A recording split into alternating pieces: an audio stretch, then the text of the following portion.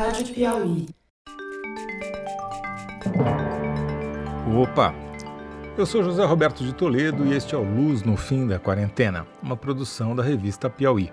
Infectamos o canal do Foro de Teresina para discutir pesquisas científicas que ajudam a atravessar o túnel em que a pandemia nos meteu.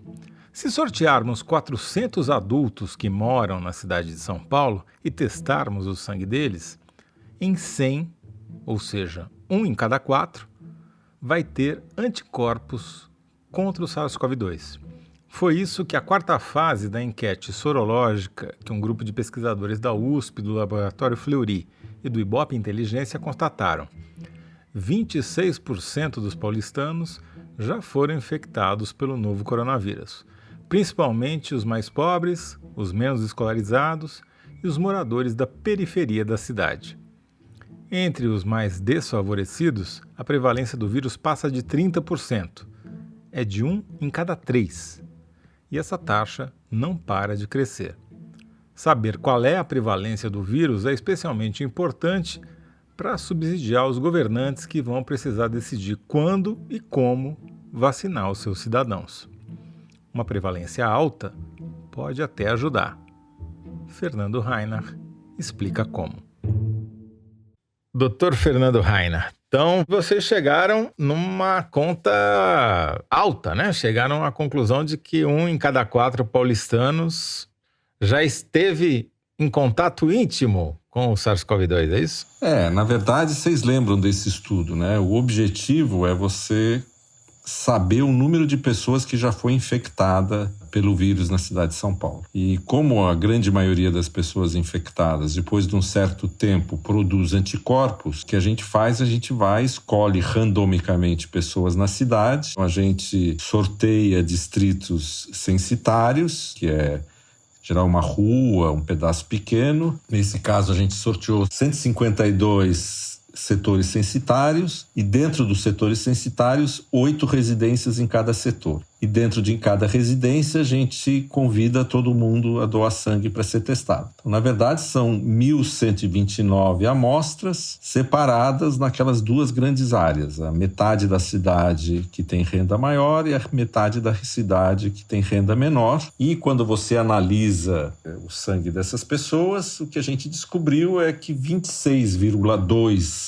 dessa população, que são só adultos, né? É bom lembrar, tem anticorpos hoje. Que é um número extremamente maior, segundo o paper aqui de vocês, 2.200.000 paulistanos já tiveram Covid, ou na sua forma sintomática ou assintomática, ou já foram contaminados pelo novo coronavírus. E teve um crescimento, né? Teve um crescimento de 45%, foram 8,3 pontos percentuais, né? Agora, o que é interessante é que esse crescimento grande, que corresponde praticamente a 700 mil adultos infectados num período de 70 dias, ocorreu todo ele, esses últimos 70 dias, entre a fase 3 e a fase 4, nesse período que o número de mortes e casos estão caindo em São Paulo. A fase 3, quando deu 17, estavam morrendo por volta de 75 pessoas por dia. Agora, na fase 4, estão morrendo 13 pessoas por dia, mais ou menos. Então, durante essa queda, que é lenta, etc., e que a gente fica animado porque caiu, mais de 700 mil pessoas foram infectadas em 70 dias. A epidemia continua menos letal,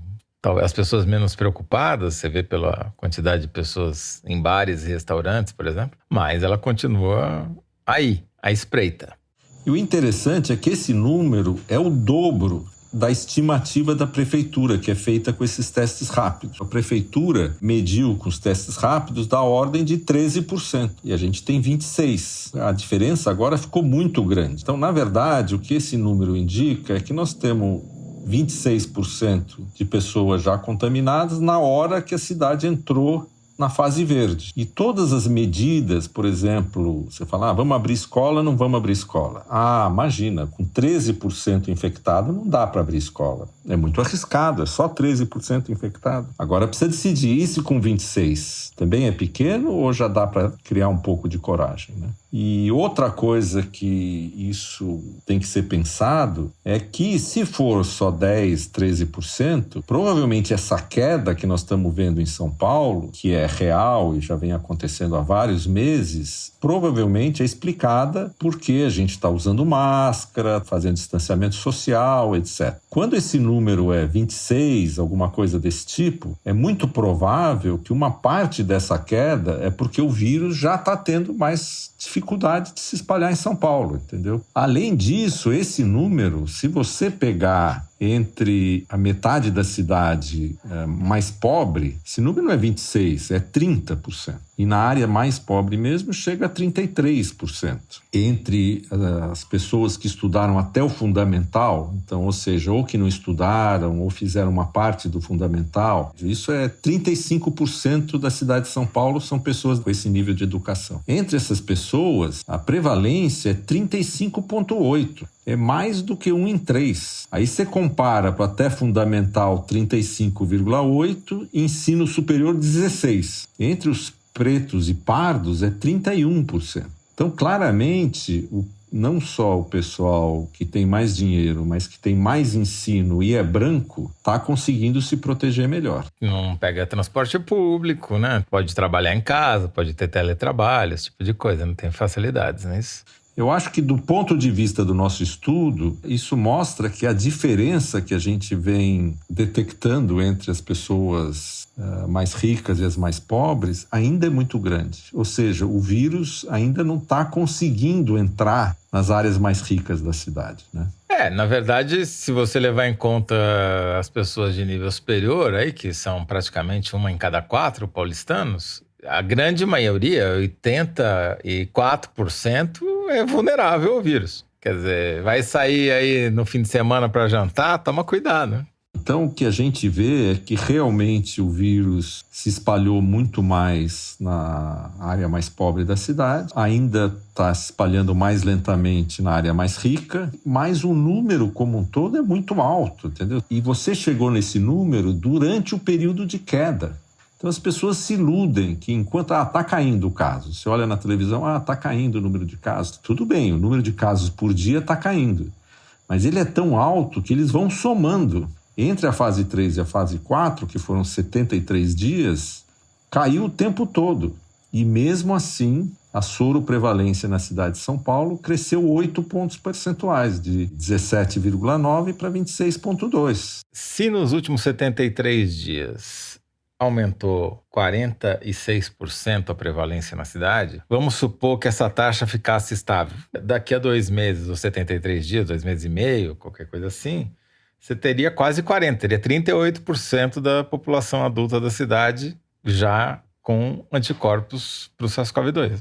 Que como está crescendo cada vez mais lentamente, não vai ser assim, não vai levar 70, vai levar talvez 100 e tantos dias, né? Então, volta aquela mesma questão, né? Qual vai ser o nível de soroprevalência em São Paulo quando a vacina estiver disponível? Talvez ela esteja disponível no começo do ano que vem, mas vai ser no primeiro semestre do ano que vem que vão mesmo começar a vacinar em massa. Com esses números altos na cidade de São Paulo, fica menos provável que a gente vai ter uma segunda onda, entendeu? Porque a gente está tendo uma primeira onda longa, com uma queda lenta.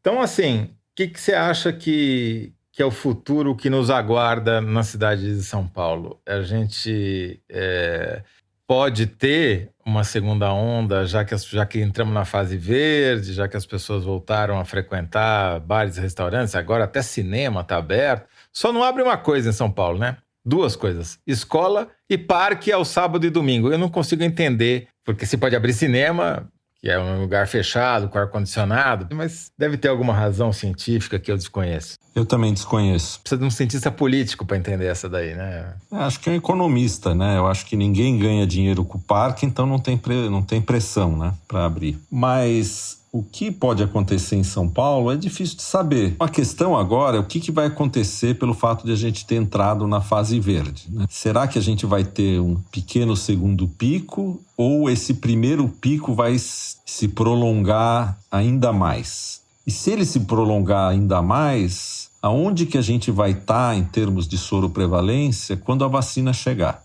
Se a gente tiver com uma soroprevalência de volta de 40%, alguma coisa assim, que indica que pelo menos 40% das pessoas foram infectadas, que é o que foi medido no Maranhão, em Manaus, existe o risco de São Paulo atingir alguma coisa parecida com a imunidade de rebanho por falta de ter controle, entendeu? Não por uma política, mas por uma falta de política, né? Que é o que eu chamo de imunidade de rebanho por incompetência, né? Então é isso que vai estar em jogo nos próximos meses. Agora, para uma vacina funcionar, ela tem que levar a população a um nível de vacinação que iniba totalmente o espalhamento do vírus. Vamos supor que a imunidade de rebanho numa cidade qualquer seja 60%. E vamos supor que ninguém pegou, é uma cidade lá perdida no meio de não sei aonde, na Antártica. Aí eu vacino todo mundo da cidade, com uma vacina de 50%. Eu levo o número para 50%.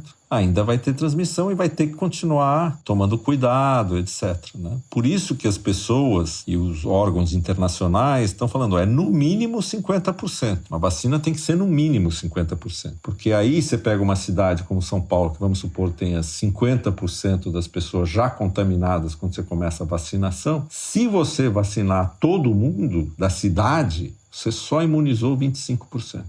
Ainda vamos falar muito sobre esse assunto, né, Fernando? Com várias vacinas saindo quase ao mesmo tempo, cada uma talvez com uma taxa de eficiência diferente da outra, vai gerar um monte de conflitos, né? Sobre você vacina, começa a vacinar, ou espera sair o resultado da segunda ou da terceira, ou começa com a primeira.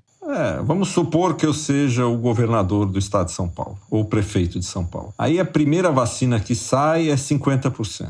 E tem para eu comprar. Eu falo, se eu comprar essa vacina e vacinar toda São Paulo, metade dos que ainda são suscetíveis, eu vou conseguir tornar eles imunes. Então, será que eu devo fazer isso ou devo esperar mais um mês para ver que resultado é da segunda vacina? Se eu começar a vacinar agora com uma vacina de 50 e um mês depois sair uma vacina de 85, provavelmente eu fiz uma besteira enorme, entendeu? Eu devia ter esperado. Porque você não pode trocar de vacina no meio da vacinação, certo? Não existe estudos de interferência entre vacinas. Então, será que eu posso dar a primeira dose de uma, a segunda dose da outra? Será que uma pessoa que tomou uma vacina, logo em seguida pode tomar outra? Isso vão ser problemas. Agora, por exemplo, saiu uma vacina de 50, eu fico esperando 2 meses. Daí sai o resultado da outra, não funciona. Sai a terceira, não funciona. Então, mesmo que não tenha influência política, que não tenha briga política, a Anvisa funcione perfeitamente, todo mundo fazendo o trabalho como deve ser feito, não é uma decisão simples ir adiante com uma vacina só de 50%.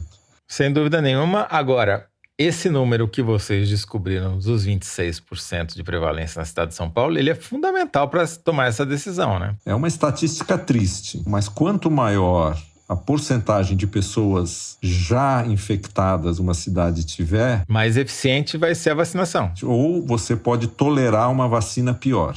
O que eu quero dizer é o seguinte, se a prefeitura levar em conta o número que ela encontrou, que é metade do que vocês encontraram, 13%, ela não começaria, talvez, a vacinação, esperaria uma segunda vacina mais eficiente. Agora, se já está em 26, podendo chegar a 40, talvez não precise, né? E aí que vem o papel de uma investigação bem feita, você dá subsídios e números reais para as pessoas que têm que tomar decisão. Não é o estudo que vai tomar a decisão, mas o estudo é um dado a mais para o prefeito, para as autoridades decidirem o que elas vão fazer. Muito bom.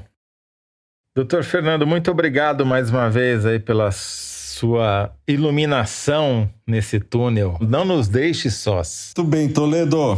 Um abraço, tchau.